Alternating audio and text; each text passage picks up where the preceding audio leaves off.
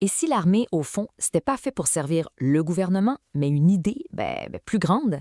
C'est la question assez audacieuse que pose le philosophe Silo dans sa huitième lettre. Aujourd'hui, justement, on va décortiquer sa vision du rôle de l'armée dans un monde qui, on va le voir, est en pleine transformation. OK, on se transporte en 1993. La guerre froide vient de finir. Et là, le philosophe Silo y arrive avec une question, une vraie bombe, qui est peut-être encore plus pertinente aujourd'hui. Et demande, bon, les grands ennemis n'existent plus, alors à quoi servent nos armées, pour vrai? C'est vraiment de là que tout part. Parce qu'on s'entend, la chute du mur de Berlin, ça n'a pas mené à la grande paix mondiale qu'on espérait tous. En fait, c'est pas mal le contraire qui est arrivé. Ça a comme libéré toutes sortes de nouvelles forces complètement imprévisibles et ça a brassé les cartes de la géopolitique d'une manière assez radicale. Puis ça s'est fait vite. Dans les années 80, on parlait de désarmement entre les superpuissances.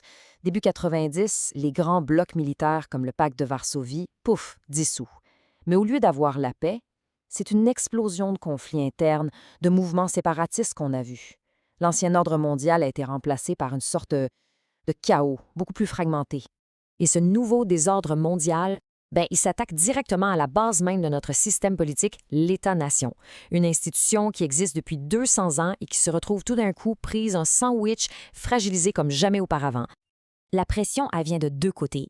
D'un côté, par en haut, on a la mondialisation, les forces multinationales, les économies régionales, tout ça vient gruger le pouvoir de l'État.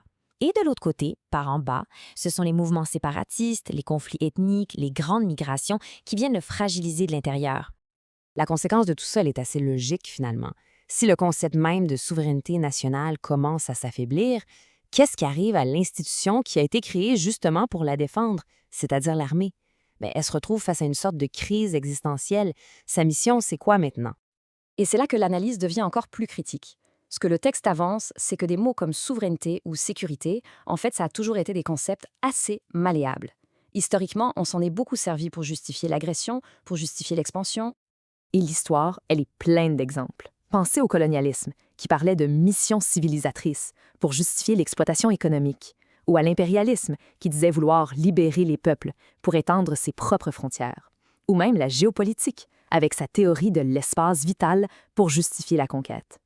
Le point commun dans tout ça, c'est qu'à chaque fois, il y a une belle grande idée qui sert à cacher la violence. Ça nous amène directement à une question fondamentale, la responsabilité du soldat. L'excuse de l'obéissance due, on l'a entendu partout pour justifier les pires horreurs, que ce soit sous le nazisme ou dans les dictatures en Amérique latine. Mais la lettre, elle est très claire là-dessus. Non, personne ne peut invoquer l'obéissance quand on parle de meurtre, de torture ou de dégradation d'un être humain. Il y a une limite. Alors, si un gouvernement peut donner des ordres qui sont corrompus ou carrément criminels, à qui l'armée doit-elle être loyale au final? La réponse que Silo propose, c'est un vrai changement de paradigme. L'idée centrale, la voici, le devoir fondamental de l'armée, ce n'est pas envers le gouvernement en place, c'est envers la légalité elle-même. C'est une distinction qui est absolument cruciale. D'un côté, tu as l'appareil de l'État, le gouvernement qui passe. De l'autre, tu as le principe de la loi, ce qui est beaucoup plus fondamental. OK, mais ça veut dire quoi la légalité? Selon la lettre, la légalité, ça vient du peuple. C'est le peuple qui décide de se donner un certain type d'État, des lois fondamentales, c'est lui qui établit les règles du jeu. Le gouvernement, lui, il est juste un administrateur temporaire. Il doit suivre les règles, il ne les possède pas. Concrètement, ça veut dire qu'il y a deux situations où une armée a le devoir de désobéir. Soit quand un pouvoir politique est illégitime dès le départ, soit quand un pouvoir qui était légitime au début devient illégal en cours de route. Par contre, il y a une condition super importante. L'armée peut seulement faire ça quand tous les autres recours civils, toutes les autres solutions ont été essayées et ont échoué. C'est vraiment l'ultime recours. Et c'est là qu'on fait la grande distinction entre un coup d'État militaire et ce qu'on pourrait appeler une intervention légitime.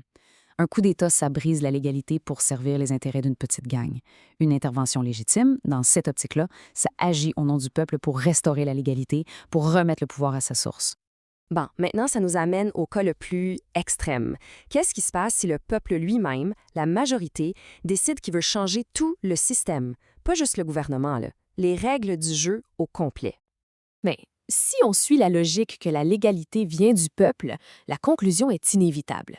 Aucune constitution, aucune loi ne peut se placer au-dessus de la volonté du peuple de changer le système.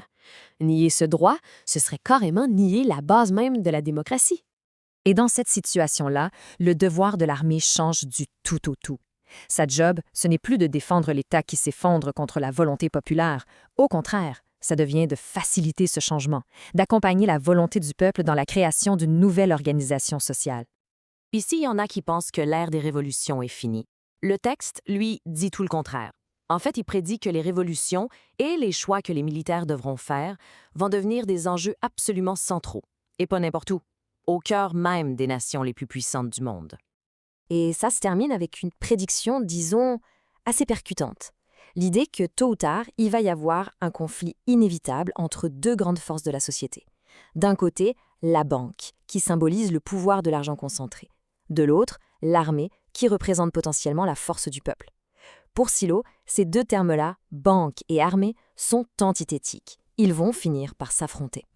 Ça annonce en gros une future confrontation entre les forces de l'argent et la volonté des majorités. Une crise majeure où le système actuel, qui est décrit comme étant non perfectible, va faire face à un défi existentiel. Ce qui nous laisse avec une dernière question, une question qui dérange. Le jour où un système s'effondre, où tout est remis en cause, l'armée, elle, choisira de servir qui? La question, elle, reste entière.